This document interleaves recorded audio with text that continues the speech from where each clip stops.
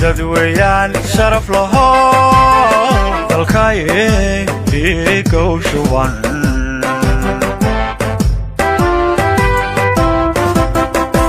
dareenkooda sharnicib dulmigu waa shay ka maqan dadkana shuush kuma ridaan dareenkooda sharnicib dulmigu waa shay ka maqan dadkana shuush kuma ridan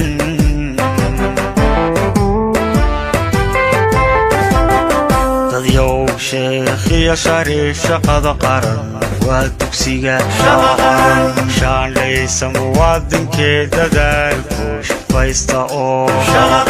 damiiraan shaasha qabin damiiraan shaasha qabin madaale ku sheega noqo madaale ku sheega noqo dhalinyarada ama barbaarta shaqa qaran difcadda saddexaad ee ku soo baxay tartankii ay u galeen haatan hortayda jooga oo kala gobolka Gabiley iyo gobolka Maroodijeex waxaan idinku soo dhaweynaynaa kulliyadda carbiska shaqa qaran ee Dararweyne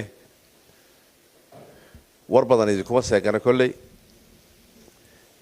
oo dhalinyaradii asxaabtiidii ka horreysay baa iswarwaraysateen kusoo dhawaada deegaanka Dararweyne kusoo dhawaada kulliyadda goobtanu waa goob tababar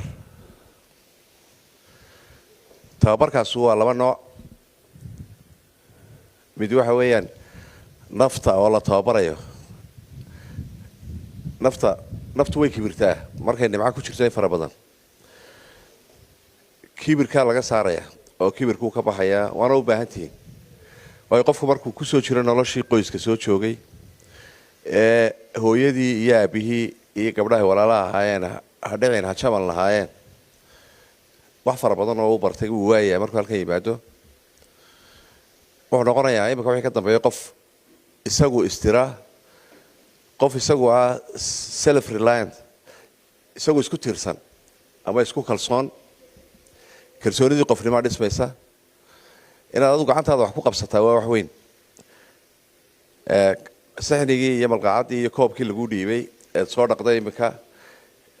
eed kuyuga gashay eed raashinkii soo qaadatay ee haddana markii aad wax ku cuntay aad soo xadshay aad imika gacanta ku haysataan waa arrin weyn ujeeddada looga leeyahayna maaha ciqaabe waxa weeyaan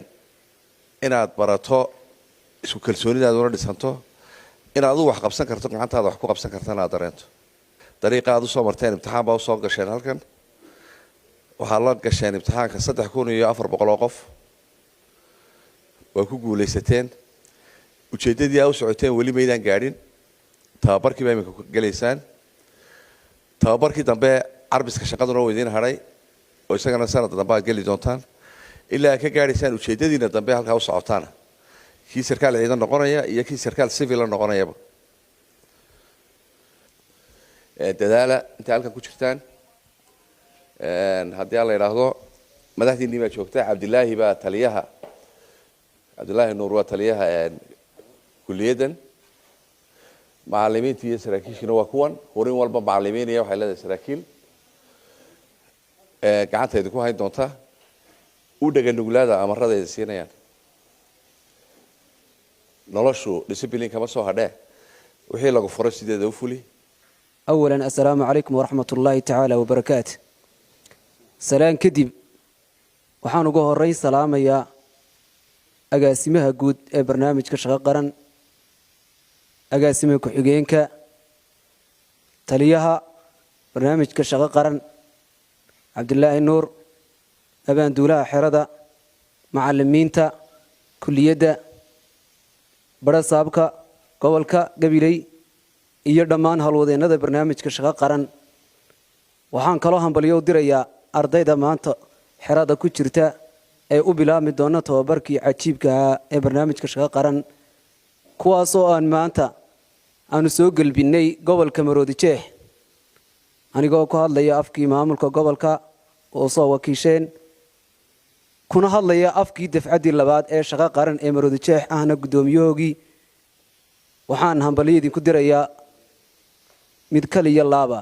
intaa kadib waxaan idila wadaagayaa laba qodob oo ku saabsan barnaamijka shaqo qaran midi waa agaasimaha guud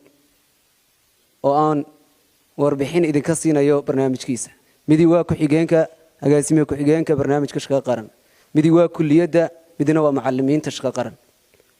haddii aan ku horeeyo agaasimaha waxaan mar walba ilaahay uga barinaa dafcaddii koowaad iyo dafcaddii labaadba inuu ilaahay cimrigiisa dheereeyo ubadkiisana barakeeyo sababta oo ah waa ka mar walba naga warhaya kaayaga xanuunsanaya kaayaga farxaya kaayaga dhibta haysato kaayaga gobol kala tegaya ka wax ku soo kordhaan dhammaantayo waxaan leenahay silsilad isku taxan oo isagu uu ka warqabo daily ama habeen iyo maalinba wuxuu markaa mutaystay inaan mar walba xusno oon mar walba u ducayno annagoo ka maqan oo aanaan ogeyn ducooyinka la aqbalana waxaa ka mid ah ta aan waxa weeyaan lagu ogeyn ama labada qalbi aanay is ogeyn waxaan rajaynayaa insha Allah ilaahay ducooyinka uu aqbalo sida uu nooga warhayana idinka warhayn doono sida uu maanta idila joogo haddii aan ku xiga agaasime ku-xigeenku waa ka nala joogay 3 bilood ee aan ku jirnay xerada tan ee barnaamijka shaqo qaran hal maalinna aan albaabka uga bixin wuxuu ka warhayaa ka halkan ku dhaxanuunsanaya ka halkan dhibaatada ku haysto ka si fiican socda discipliinka iyo wadajirka sida ardadu wada socdaan halkaas ayuu maalin kasta nala joogaa isagana waxaan Allah uga barinaa mar kastaba inuu cimrigiisa u dheereeyo ubadkana Allah u barakeeyo waxa laga faa'iidaa macallimiinta shaqo qaran ama barnaamijka shaqo qaran inta xireyda ku jirto 3 wax waxaad ka faa'iideysaa nidaamka iyo kala dambeynta ciidanka hanaanka ay leeyihiin ee wax loo maro markaad wax doonayso waxa kale oo laga faa'iidaa oo ugu muhiimsan 5 salaadood waqtigeeda inaad tukato waxa lagu oran doonaa hadhow toole marka salaada subax laga soo baxo BT baa la gali doonaa salaada casar marka laga soo baxo waxa la gari doonaa tababarkii salaada marka maghrib laga soo baxo faylkii baa la galaya salaada cishaa marka laga soo baxo faylkii baa la galaya macna waxa shaqadii lagu xiriiriyay alla cibaadadiisa waxaad kale ka faa'iideysaa militariga Soomaaliland marka alla marka say ku soo horjaagaan laba eray oo qaaliya dadka muslimiinta oo ay koodhanayaan nabiga lagu saliyo ilaahina laga cabsado waa laba qodob oo markasto ay idin soo hor istaagaan ereygaas idinku soo noqon doono waxa laga faa'iidaa militariga Soomaaliland marka tababarka lagu jiro inay dulqaad leeyihiin oo ay ku dulqaadanayaan ciidamada kalena ay ka dulqaad badan yihiin kuna dhowrayaan intaas oo dhanba alla mahadi ka sokow waxa iska leh hindisaha barnaamijka shaqo qaran oo ah madaxweynaha jamhuuriyadda Soomaaliland mudane Muuse Biixi Cabdi oo inuu isagana mar walba u ducaynayno waxyaalaha aadka aan ugu ducaynay ee ma sha Allah kelmad doonayna waxa kamid ah anagoo gudanayna waajibaadkiina lagu amro gudanayno iskuuladii dhigayna markay gaadho mushaharkii si hagar la'aan markay u soo dhacdo waxaad ka faxarsaa qalbiga ma sha Allah way ka horeynaysaa marka waxaan leeyahay dhalinyarta aan soo galbinay gobolka Maroodi Jeex idinka marti leedin yahay idinka ayaa marti leedin yahay waa inaad soo dhaweysaan gobolada kale oo dhan waa inaad ogsoonaataan inay joogaan caasimadii jamhuuriyadda Soomaaliland idinkaana ka mas'uul gobolada u dhibirsanaada waxa weeyaan mar walbana ka warhaya isku xirkana sameeya saasan awlaadul caasima kula dardaarmaya alxamdulilaahi rabbil caalamiin wasalaatu wasalaamu calaa arshafil mursaliin sayidina maxamedin wacalaa aalihi wasaxbihi ajmaciin marka hore ilaaha raxmaanka ayaa mahadle mar labaadka waxaynu mahad celinaynaa madaxweynaha jamhuuriyadda Soomaaliland ee mashruucan shaqo qaran shacbiga Soomaaliland iyo dawladda Soomaaliland ba u hirgeliyay taasi oo dhalinyaradii ka saartay waxyaabo badan oo ay taban jireen ama ah iyo waxyaabo badan oo kale oo keentay inuu nin waliba qalinkiisa iyo maskaxdiisa uu halkan ku fadhiyo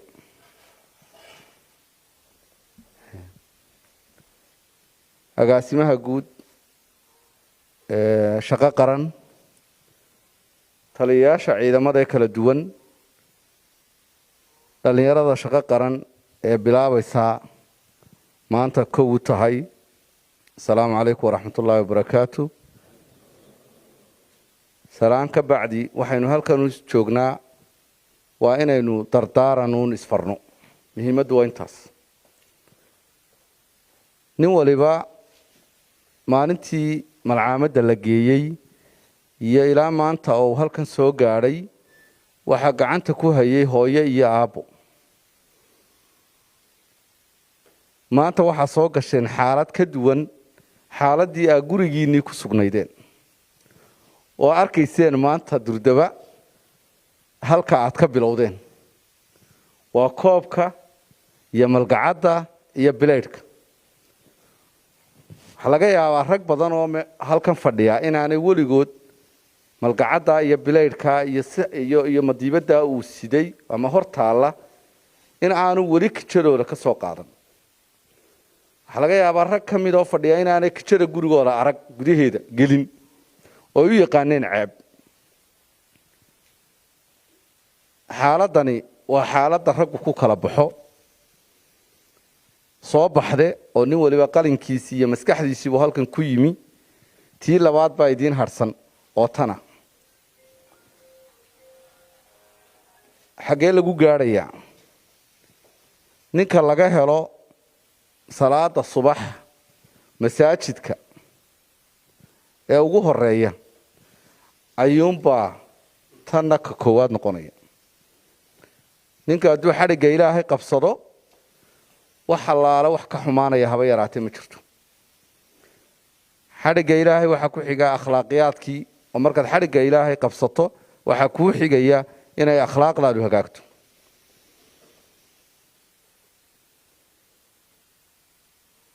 waxaad aragtaan baan filayaa dhalinyaro fara badan oo somalilan ah oo saraakiilah ama heer meelo wanaagsan ka jooga wasaaradaha waxaa gaadhsiiyey oo ka soo baxay shaqo qaran. waxaa gaadhsiiyey waa maxay?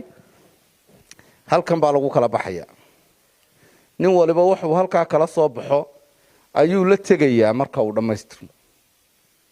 anigu waxaan idin odhan lahaa dhammaan anigoo la dardaarmaya dhammaan 8 gobol ee somalilan ee maanta halkan gobolladii somalilan oo inay ku sugan yihiin laakiin 8 gobol ee ka qayb galaya shaqo qaran. waxaan leeyahay dadaalkaasaa loo baahan yahay. inkastoona aada ula sii dardaarmayo gobolka gabiley